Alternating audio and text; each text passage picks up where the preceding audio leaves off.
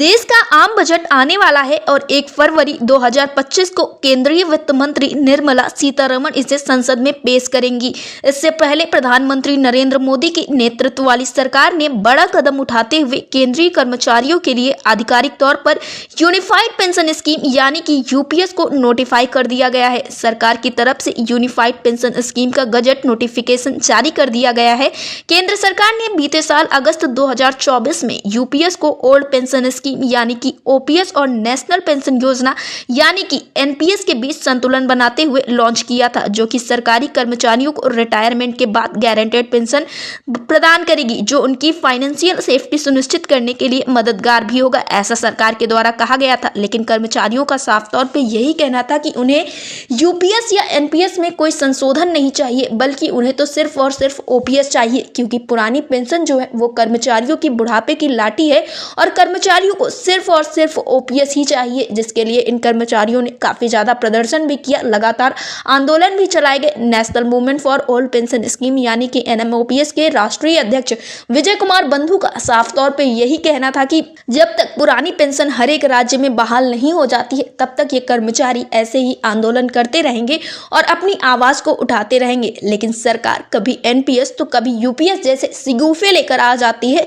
और ओपीएस के लिए बात नहीं करती है, जबकि एनपीएस और यूपीएस में लगातार संशोधन की बात भी की जाती है। आपको बता दें, जब यूपीएस आई थी तो उसके पहले तक सरकार ये कहती हुई नजर आती थी कि एनपीएस कर्मचारियों के लिए बहुत लाभकारी है, लेकिन जब कर्मचारियों ने एनपीएस को नहीं अपनाया तो सरकार यूपीएस लेकर आ गई।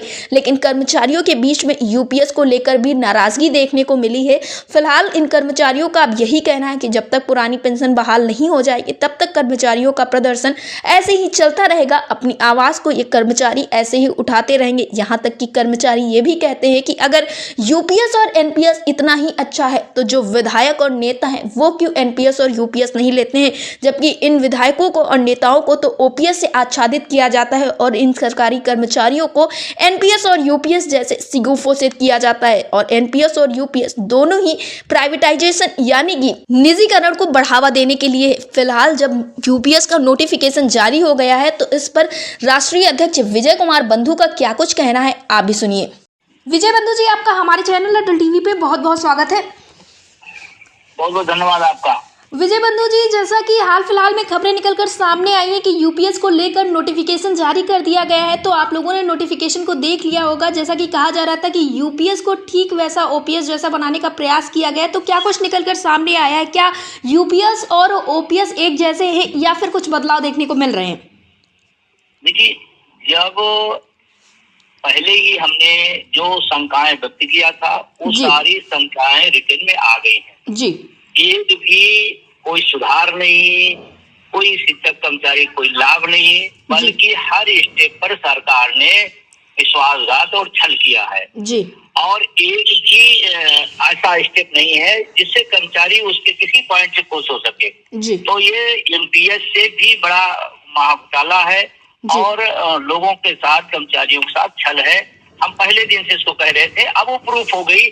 जो बातें हम लोग आशंका व्यक्त करते थे कि ऐसा ऐसा होगा, वो सारी चीजें उसमें है, रिटर्न में है। और हम तो सरकार से भी कह रहे हैं और जो सरकार के यूपीएस के तमाम तरफदारी लोग कर रहे थे उन सब का भी एक जवाब देने का टाइम आ गया कि कर्मचारियों को जवाब दें कि क्यों इतने बड़े करोड़ों लोगों के साथ विश्वासघात सरकार और कुछ संगठन और कुछ नेता कर रहे हैं। ये मेरा बड़ा सवाल है।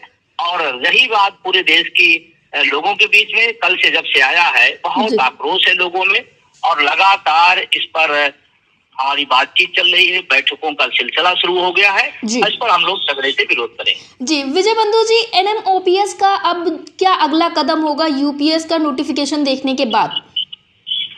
देखिए, नोटिफिकेशन के बाद अपने पदाधिकारियों से हमारी वार्ता लगातार चल रही है, राष्ट्रीय पदाधिकारियों और प्रदेश पदाधिकारियों से, और जल्दी ही बड़े फैसले लेंगे और आंदोलन की दिशा में आगे बढ़े, क्योंकि सरकार तानाशाही का प्रवृत्ति अपना ली है। और इसमें एक काम तो इतना गजब किया है कि यूपीएस में जो चला गया दोबारा वो किसी में परिवर्तित नहीं कर सकता। यहाँ तक का अंग्रेजों ने भी काम नहीं किया, वो सरकार वर्तमान कर रही है कि आप कहीं डिमांड नहीं कर सकते हैं यूपीएस में जाने के बाद। जी ये कितनी बड़ी वो है कि मतलब आपको हम जबरदस्ती देंगे भी जी और आप चले गए उसमें तो जी फिर दोबारा आप हमसे कह भी नहीं सकते हैं। कहने का हक, आज 26 जनवरी है, जी गणतंत्र दिवस है, जी संविधान हमको राइट देता है, जी संविधान हमको अपनी बात कहने का अधिकार देता है जी और यूपीएस के नोटिफिकेशन में वो अधिकार को बात कहने का अधिकार भी छीन लिया गया। जी विजय बंधु जी, जैसे कि इस नोटिफिकेशन में एक चीज़ और देखने को मिली कि जो सेवानिवृत्त कर्मचारी होंगे या जो आर्मी के होंगे, सिविल सर्वेंट्स होंगे जिनकी नौकरी 25 साल से कम की है, उनके लिए तो काफ़ी ज़्यादा नुकसान भरी ये स्कीम दिखाई दे रही है। बहुत सारा वर्ग स्वतः इस व्यवस्था से बाहर हो जाएगा और सरकार यही चाहती है कि हम लालीपाप दिखा भी दें और हमको देना किसी को न पड़े। 25 साल का मतलब हुआ, आप अगर फुल पेंशन की बात कर रहे हैं तो उसमें बहुत सारा वर्ग, और जिसका आप नाम लिया अर्धसैनिक बलों का, तमाम सारे ऐसे लोग जो आज नौकरियां कैसे मिल रही हैं आपको पता है। फार्म भरने के लिए धरना प्रदर्शन, वैकेंसी निकलवाने के लिए धरना प्रदर्शन, परीक्षा करवाने के लिए धरना प्रदर्शन, रिजल्ट निकलवाने के लिए धरना प्रदर्शन, फिर रिजल्ट आ जाए तो वो आपका पेपर लीक हो जाए उसके धरना, किसी तरह से अगर रिजल्ट आ जाए तो ज्वाइनिंग के लिए धरना, तो कई कई साल तो लोगों का इसी में लग जाएगा। तो 25 साल पूरे नहीं होगा लोगों की नौकरियों का, जब पूरे नहीं होगा तो सरकार के लिए हो गया कि हमने कह भी दिया और हमने देना भी नहीं किसी को पड़ेगा। विजय इसकी सरकार की मंशा। जी जी विजय बंधु जी, एयरटेल टीवी से जुड़ने के लिए धन्यवाद। Thank you.